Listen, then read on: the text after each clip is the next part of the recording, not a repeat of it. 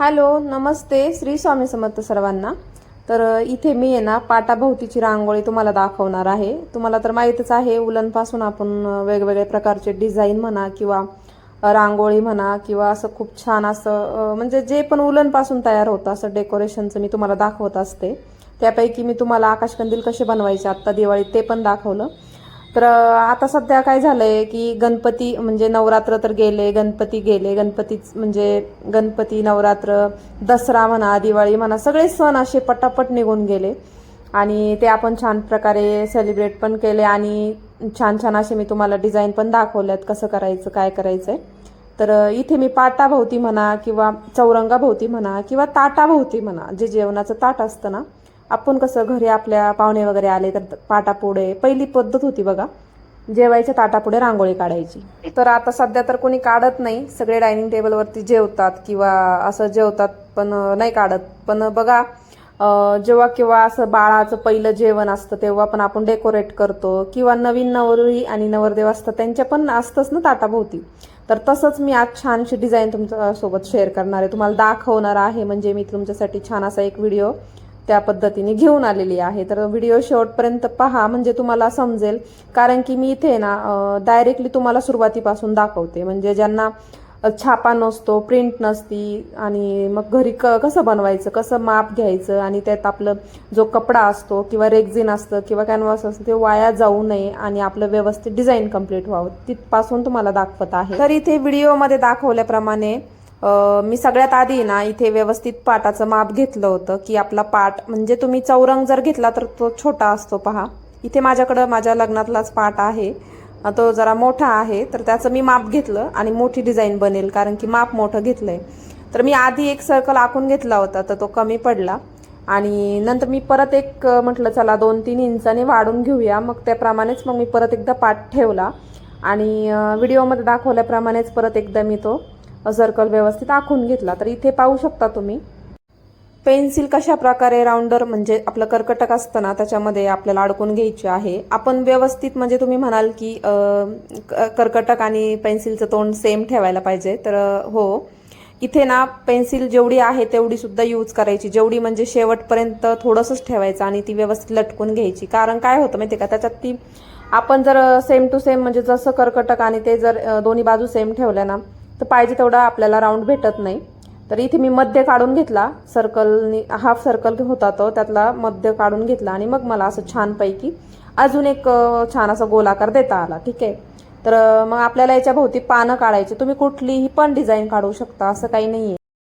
म्हणजे मी जे दाखवले तेच तुम्ही काढायला पाहिजे असं काही नाहीये. मी तुम्हाला फक्त एक आयडिया देत आहे की कशा प्रकारे काय होऊ शकतं. आपण इथे वाटीचा पण वाटी ठेवून सुद्धा गोल असे म्हणजे डेकोरेशन म्हणजे त्याच्या भोवती कसले पण आकार आपण करू शकतो. हे जर राऊंड काढलाय ना, ह्या राऊंड भोवती तुम्ही छोटी कोयरी म्हणा, छोटं पान म्हणा किंवा वाटी म्हणा किंवा असं छानसं काहीतरी काढू शकता, जेणेकरून ते खूप सुंदर असं भारी दिसेल.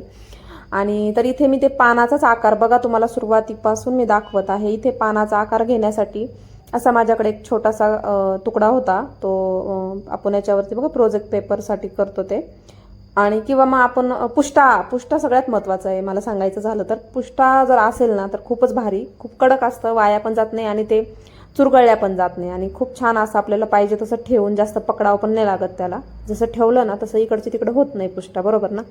तर अशा प्रकारेच मी इथं माझं नेहमी तेच आहे, मी असंच कुठला तरी एक पेपर घेत असते आणि असं सहज एक छानसा आकार काढून घेते आणि मग तो कट करते.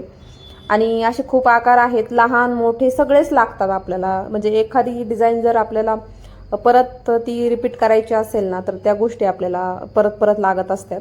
तर आधी जो काढला तो मला एवढा काही आवडला नाही, कारण की थोडासा तो असा बदाम शेप झाला होता, जास्त म्हणजे एकदम डीप नसतो का तसा, तो नव्हता पाहिजे मला. म्हणून मी एक दुसरा परत काढून घेतला आणि अशा प्रकारे इथे कट करून छान असा एक करून घेतला. आणि तिथे थोडंसं आपल्याला यूट्यूबला सुद्धा व्हिडिओज आहेत पहा तुम्ही, पानाचा आकार कसा काढायचा किंवा इतर आकार असतात ते कसे करायचे, तर ते व्हिडिओज तुम्ही पाहू शकता. किंवा आपल्या चॅनलवरती सुद्धा म्हणजे मी असे खूप सारे आकार वगैरे काढून ठेवलेले आहेत. म्हणजे पेपरपासूनच आपल्याला आखून आपल्या हातामध्ये ती थोडीफार कला पाहिजे, जेणेकरून आपल्याला थोडंफार काहीतरी काढता आलं पाहिजे, पेपर वर्क करता आलं पाहिजे, मगच ते कटिंग केल्याच्या नंतर ते खूप छान असं आपल्याला काहीतरी भेटतं. तर इथे खाली पण आहे ना सपाट आणि वरती पण असं नको होतं मला, म्हणून तिथं थोडासा मी शेप देऊन घेतला छान प्रकारे. आणि मग असं थोडंसं वरतून कट केल्याच्या नंतर प्रॉपर जो आकार मला पाहिजे होता ना तो भेटला. आणि अशा प्रकारेच मग मी हे पान तयार केलं. आणि हेच पान आपल्याला सगळं असं इथं कॉपी पेस्ट करत जायचं आहे, जेणेकरून आपल्याला ती छान अशी डिझाईन भेटणार आहे. तुम्ही व्हिडिओ पूर्ण पहा, तुम्हाला समजेल मी कसं केलंय ते.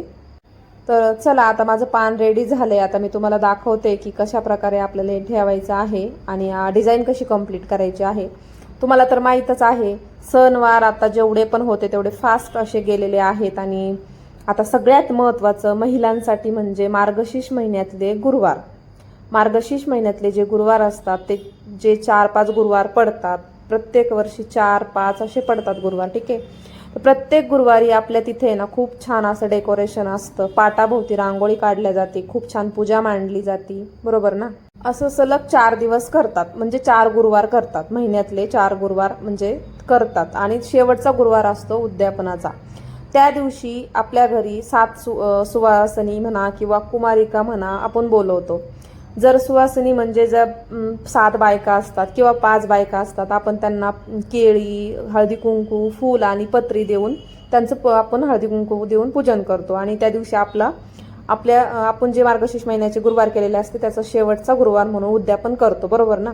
तर आपल्या घरी बाहेरच्या 4-5 बायका येतात आणि आपल्या घरी आल्याच्या नंतर आपण त्यांना खूप छान प्रकारे हळदी कुंकू लावतो. आणि मग आपल्या घरी आल्याच्या नंतर त्या आपल्या तिथे देवीच्या तिथे पाया वगैरे पडतात, डेकोरेशन घराचं पाहतात, आपण घर सजवतो, सगळ्या गोष्टी पडदे म्हणा किंवा बेडशीट म्हणा किंवा सगळं इतर तर घरातला कानाकोपरा काय बोलतात ना, तर तो आपण व्यवस्थित नीटनेटका ठेवतो, ठीक आहे. जर आपण उलनपासून अशा प्रकारे पाटाभोवती जर डिझाईन केली आणि आपल्या पूजेच्या पाटाच्या साईडने जर अशी ती छान प्रकारे जर डेकोरेट करून असं छानपैकी ठेवली, तर अगदीच तुम्हाला त्या विचारू शकतात की वाव किती सुंदर रांगोळी काढली. आणि असं वाटणार पण नाही की ती तुम्ही काढली आहे, की ते उलनपासून बनवलंय. आणि तुम्ही जर विकत घेतली तरी तुम्हाला कोणी विचारणार आहे, खूप जणी तुम्हाला विचारतील. आणि जर तुम्ही बनवली तर वा वा, तुमचं तर खूप कौतुक होईल, एवढं सुंदर आहे हे, तुम्ही घरच्या घरी करू शकता. तुम्हाला जर रेक्झिनवरती जमत नसेल तर साध्या एखाद्या कपड्यावर सुद्धा तुम्ही करू शकता हे खूप छान प्रकारे. तर अशा प्रकारेच आपल्याला हे करायचं आहे, तुम्ही पाहू शकता इथे. मध्ये जे बदाम छोटे छोटे म्हणजे आपण त्याला बदाम पान बोलूया, ते जे आपण काढलं त्याच्यावर मी अजून अशा प्रकारे ठेवून केलं आहे. ही सोपी डिझाईन आहे, मला वाटतं सगळ्याला यायला पाहिजे, येत असेल, एवढं काय अवघड नाहीये. आणि उलन कशी भरायची, त्याच्यामध्ये फर उलन कशी चिटकवायची हे तर मी तुम्हाला सांगितलेलंच आहे. आणि नवीन कोणी पाहत असेल तर प्लीज आधीचे माझे व्हिडिओज पाहू शकता तुम्ही, तुम्हाला समजेल. तर इथे ना 2 कोपऱ्यातले पान दिसतात ना वरच्या साईडने, तर ते वेगळे आकार आहे आणि बाकीचे सगळे वेगळे आहेत. तर तुम्ही पाहू शकता आपल्याला इथे ना साईडनी म्हणजे जे आपली बॉर्डर लाईन आहे ना पानाची, तर ती डार्क पिंक कलर करायचा आहे. आणि हे जे ग्रीन घेतलंय ना तर ते मध्ये आपल्याला पानामध्ये भरायचं आहे. आणि हा जो डार्क कलर घेतला आहे ग्रीन, तर तो आपल्याला पानाचं बॉर्डर करायचे आहे, बॉर्डरच्या साईडने. तर तुम्हाला हे कसं भरायचं, कसं चिटकवायचं ते माहीतच आहे, त्याच्यामुळे मी इथं व्हिडिओ फास्ट केलाय. तर तुम्हाला हा व्हिडिओ कसा वाटला आणि कमेंट करून सांगा, डिझाईन कशी वाटली कमेंट करून सांगा. अजून छान छान पाटाभोवतीच्या डिझाईन आपण पाहणार आहोत. तर नक्कीच आपल्या चॅनलला सबस्क्राईब करून ठेवा. इथून पुढे मी तुम्हाला म्हणजे उलन रंगोलीसाठी आहे ना, बिझनेससाठी आहे ना, कुठल्याच महिन्यामध्ये याला आहे ना की असं बंद पडलंय असं नाहीये. तुम्ही प्रत्येक महिन्यामध्ये काही ना काही कार्यक्रम असतात. लग्नाचे सुद्धा जे ऑर्डर असतील ना की बाबा आम्हाला सप्तपदीचं बनवून द्या, तर हे उलनपासून खूप छान प्रकारे होतं. सध्या तरी मार्गशीर्ष महिन्यासाठीच मी हे बनवत आहे, जेणेकरून उद्यापनाच्या दिवशी खूप छान असं आपल्याला डेकोरेशन करता येतं. आणि आपण अशी रांगोळी काढू शकतो, पण आता सध्या आहे ना त्या रांगोळी पुढे ना ही फर उलन पासून बनवलेली रांगोळी जी आहे ना ती खूप भारी दिसते आणि त्याच्यामध्ये वेगळी चमक आहे.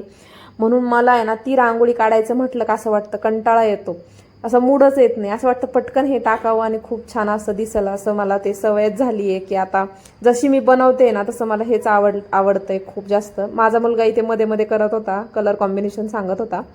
तर इथे मी त्याची आधी व्यवस्थित आहे ना ह्याची कटिंग करून घेतली, कारण की मग तो लुक येत नव्हता की बाबा आपण हे बनवले कसं दिसते त्याच्यासाठी. तर बाकीचं मग मी इथे छान असं कलर व्यवस्थित भरून घेतला आणि खूप छान दिसत होतं. हे तुम्ही पण करू शकता. आणि मध्ये इथे जागा आहे ना थोडीशी, तर मी ते पूर्ण कट करून घेणार आहे. तुम्हाला पाहिजे असेल तिथं तुम्ही शुभ लाभ किंवा एखादा कळस किंवा स्वस्तिक असं काढू शकता. खूप छान दिसल. तर हे पाटाखालीच जाणार आहे, त्याच्यामुळे मी ती जागा तशीच ठेवली आहे, काही काढलं नाहीये. नेक्स्ट टाइम बघू, दुसरी डिझाईन काढीन त्यावेळेस तुमच्यासोबत नक्कीच शेअर करीन. तर चला भेटू नवीन एका अशा छानशा व्हिडिओमध्ये. आणि आपले व्हिडिओज रोज येत जाणार आहे, त्याच्यामुळे तुम्ही रोज पहा, सबस्क्राईब करून ठेवा. चला भेटू, बाय.